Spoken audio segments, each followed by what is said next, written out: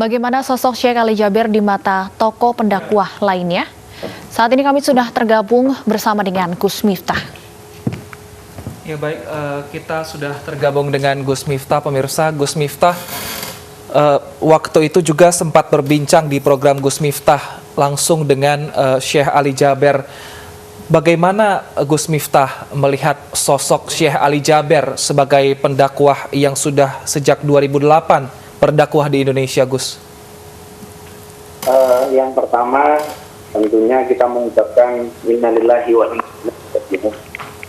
Hari ini di awal tahun 2021 juga karena paling tidak kami sudah ada satu dialog, kemudian kemarin ya saya dari Najib yang tadi ini guru kita saya Syekh Ali Jaber.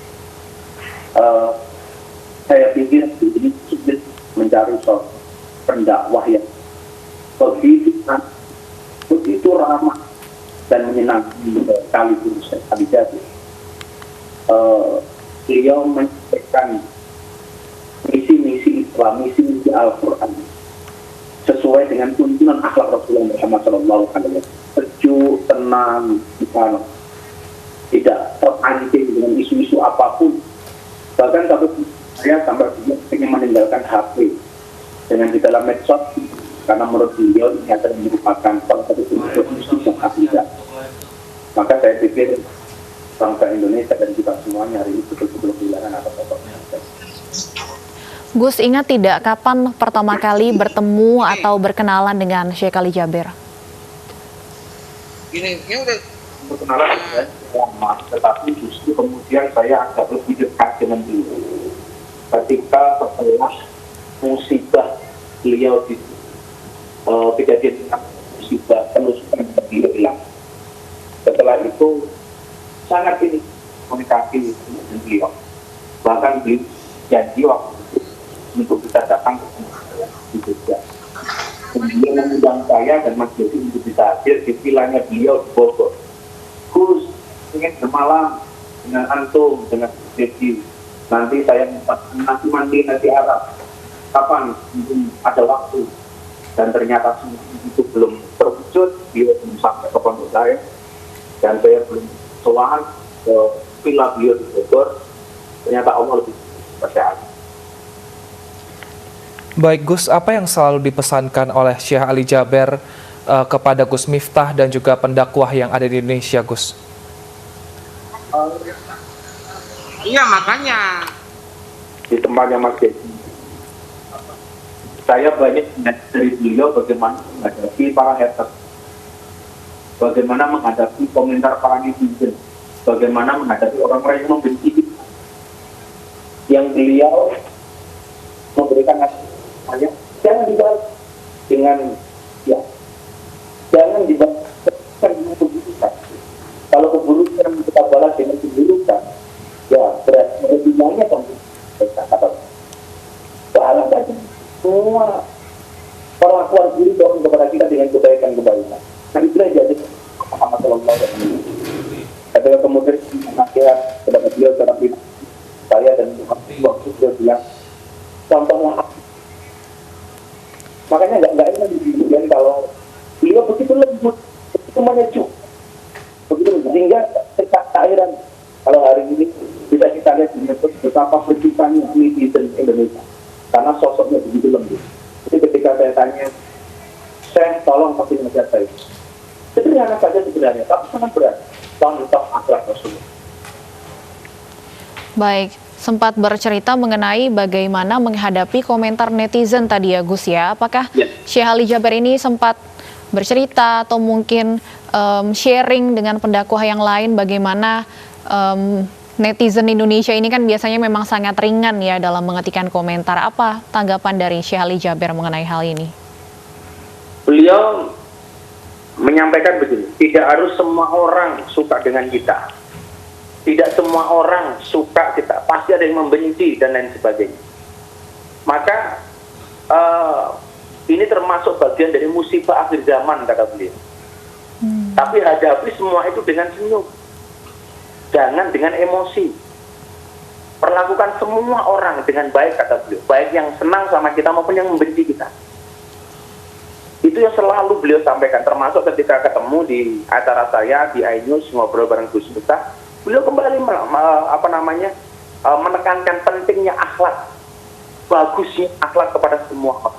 Dan itu pelajaran yang begitu berat yang harus saya betul-betul benahi dalam hidup saya, dalam dakwah saya, supaya kemudian dakwah ini lebih tepat sasaran. Maka salah satunya adalah persoalan akhlak yang beliau sampaikan kepada saya.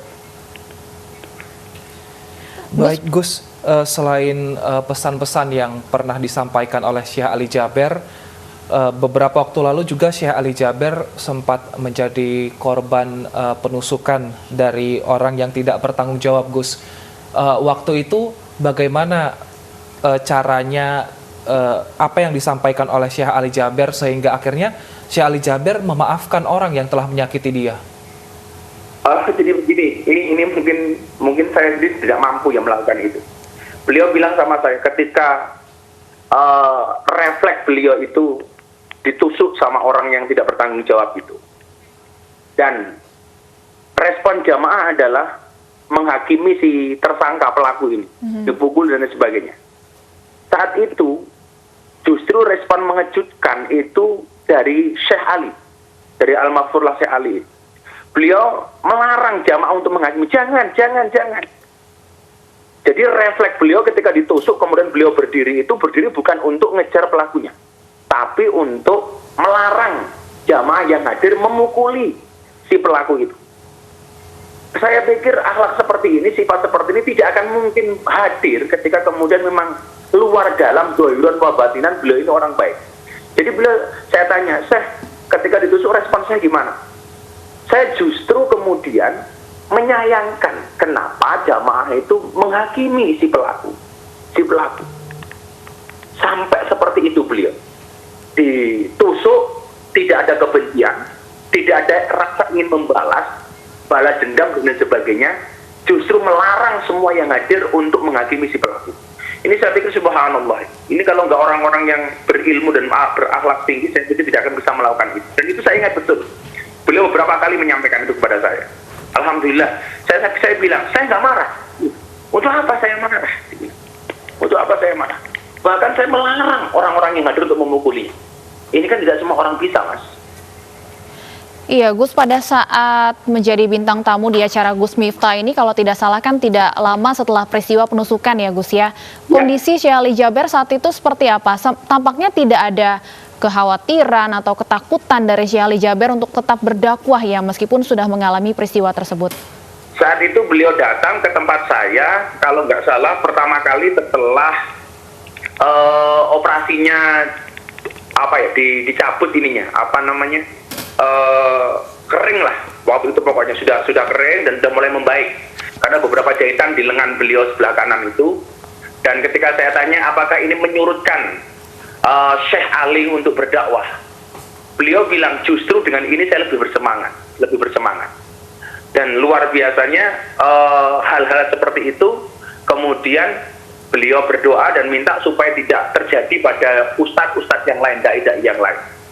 Secara personal, beliau masih setelah ketemu dengan kita di iNews ngobrol bareng Gus Miftah itu, beliau masih terbang ke Malang, ke Jember waktu saya dari Jember kemudian ke Malang, dari Malang kemudian ngajak saya ke Bogor yang kebetulan saya belum bisa waktu itu. Sama sekali tidak berpengaruh secara psikologis dan mental kejadian di Lampung penusukan itu terhadap Syekh Ali. Dan alhamdulillah sampai sebelum sakit Syekh Ali masih aktif untuk berdakwah. Ini luar biasa saya pikir. Baik Gus. Sifat apa yang bisa masyarakat contoh agar mungkin bisa tadi lebih sabar seperti Syekh Ali Jaber, lebih bijaksana dalam bertindak? Kira-kira apa yang bisa masyarakat terapkan, Gus?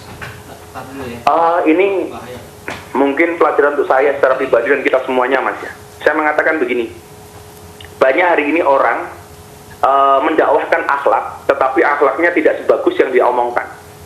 Banyak orang hari ini menyeru kepada akhlak yang baik, tetapi ternyata penyerunya akhlaknya kurang baik. Dan Syekh Ali ini, subhanallah, adanya kesesuaian antara perilaku dan omongan beliau.